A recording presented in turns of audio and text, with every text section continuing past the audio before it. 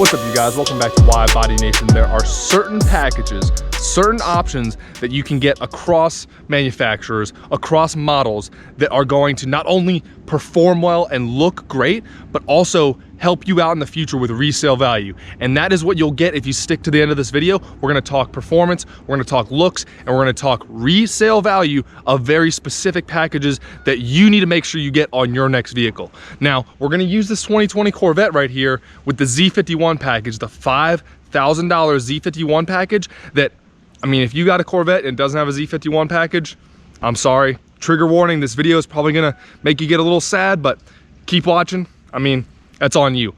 Anyway, we're gonna use this Corvette. We're gonna go over the looks that the package gives you, the performance, the extra 5 horsepower, and we're gonna talk resale value because that's the most important part of what I'm trying to convey to you. And this is not just for Corvette people, this is not just for Chevy, this is for Dodge people with the WIDEBODY package. This is for Jeep people with Rubicon or Mojave package. It's for Toyota, for TRD, all you overlanding junkies out there. So with that being said, stick with it and just translate those principles to your brand if you are not a Corvette or not a Dodge person.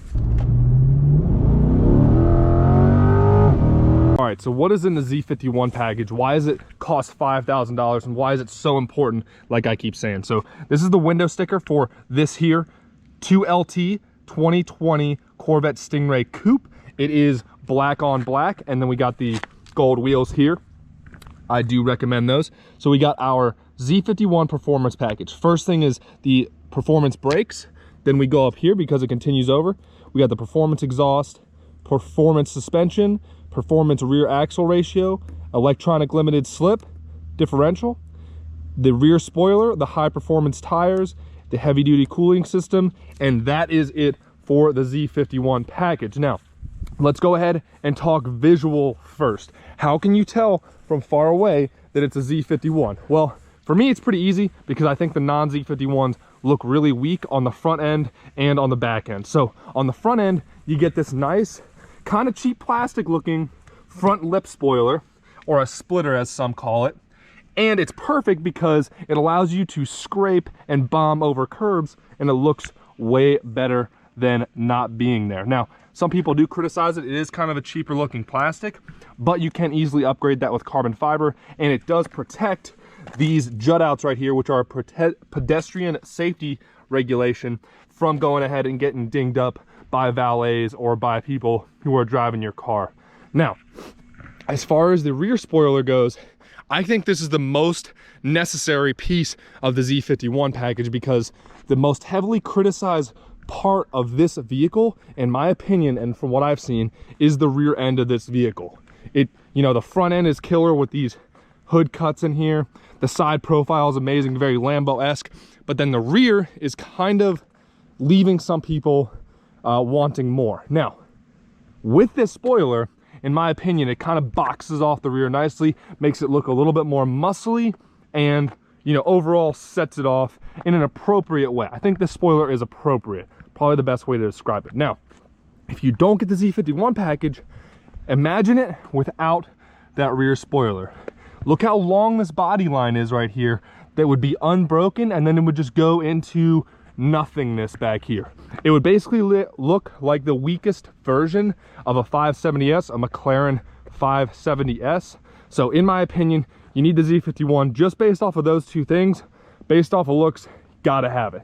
Now, here's where we're gonna start to bridge the gap between looks and performance. Now with the brakes, you can tell that it's a Z51 package, obviously, because it says it on the brakes.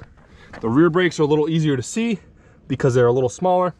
You got 4 pistons in the back, and then you got 6 pistons up front.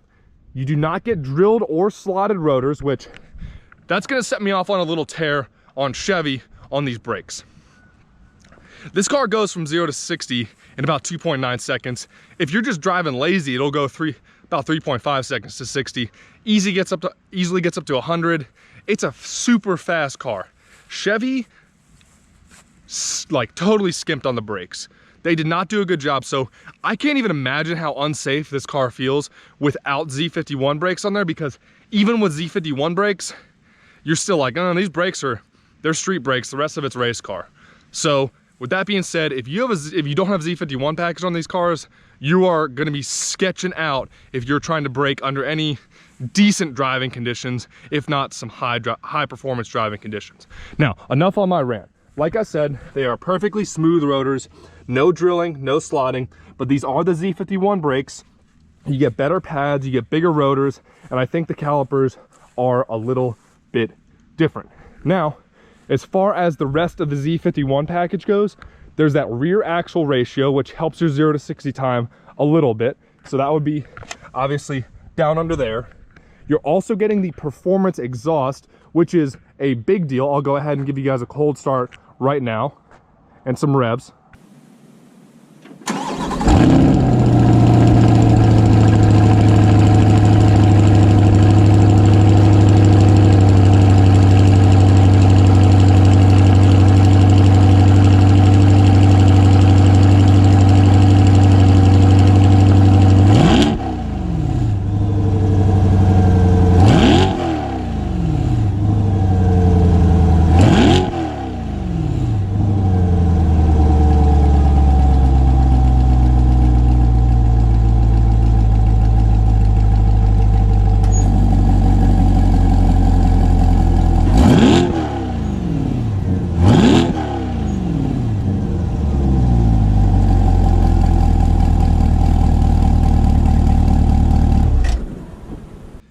Now, the Z51 also has the performance suspension. Obviously, you can't really see it very well, but you can look under there a little bit.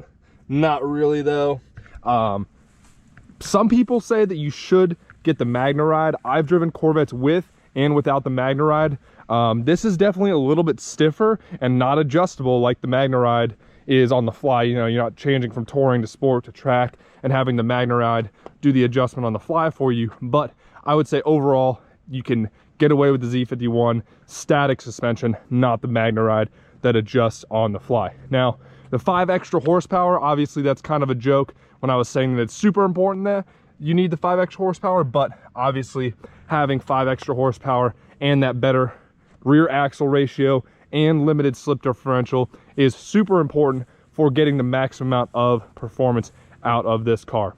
All right, so we talked looks with, you know, the spoiler, how the brakes look, the front splitter or the front lip spoiler, however you want to say that. And then we also talked performance. You got, you know, the limited slip differential, the rear axle ratio, the 5 extra horsepower, and that performance exhaust that you guys, I'm sure, enjoyed those clips. So with that being said, how does this translate to resale value, and what are some other packages that are in the market today, not just on Corvettes, but on other cars? So I'm sure, as many of you guys know, if you're looking at, for instance, the 2020 or 2021 Charger, the 2020 and 2021 Charger offer the wide body package. Now, what I like to tell people is the wide body package is so valuable, not just because of the resale value in the future, since Dodge basically made it impossible for non-wide body owners to maintain as good a resale value, but the wide body package, even though the wide body package costs between $5,500 and $6,000 on the Charger, it's giving you, kind of like the Z51 package, it's giving you the bigger brakes, it's giving you the, and not just the molding that gives you the wide body, but the bigger wheels, bigger tires, better suspension, and just overall, the package is a great value. And that is why, you know, we're comparing Z51 wide body packages for the Chargers and the Challengers. You know, with Jeeps, it's like Rubicon, getting a special package for the Jeep. You know, the Rubicons, the Mojave packages, some of the other special editions really pay for themselves. You know, with Toyotas, getting a TRD off-road or even splurging for that TRD Pro can really help pay it forward for your future self when you go to sell that vehicle. Now, another thing you guys know about cars is that, you know, just because the base price of this car is $59,995, basically $60,000, that doesn't mean that that's the out the door price of the car, right? Because you can nickel and dime your way with these Corvettes, with any car really, Dodge Chargers, with Jeeps, with anything. You can go from $60,000 or $20,000 or whatever, and you can get $10,000, $20,000, $40,000 worth of options that just make the car a ridiculous amount of money. So really, where do you draw the line? And in my opinion, the non-negotiables are the the Z51 packages, the wide body packages, getting those packages that increase the value of your car that are either trim levels or such tangible, substantive packages that look great and perform great, that they actually pay it forward. Now, you know, a lot of people love sunroofs, a lot of people love sound systems, a lot of people love these little nicks and knacks, but you're only gonna see pennies on the dollar for those kind of options because not everybody likes those. And oh, I saw a little weird dent right here. That's not a good look, but anyway, I'll have to look at that after. But yes, so that's basically the video for you guys. Go out there, check it out. Z51 versus non-Z51. Resale values super different. And I guarantee you for wide bodies out there, wide body Chargers and Challengers, it's gonna be the same way. Not only do the wide bodies cost more, but in my opinion, if you're gonna go spend 50 grand, don't get a fully loaded narrow body. You'd be better off getting a basic wide body Charger or Challenger, because the resale value and the performance and the looks are all gonna be way higher and stay higher in the future. All right, guys, thanks for tuning in. Stay safe out there. Make sure you guys are subscribed to the channel. Comment down below what you think about the Z51 package, what you think about the wide body packages, or if you're an off-roader or whatever it may be, Rubicon, TRD, what's your opinion on resale value? Also versus looks versus performance. What options are worth it? What options are not? Thanks for tuning in. I will see you guys for the next video.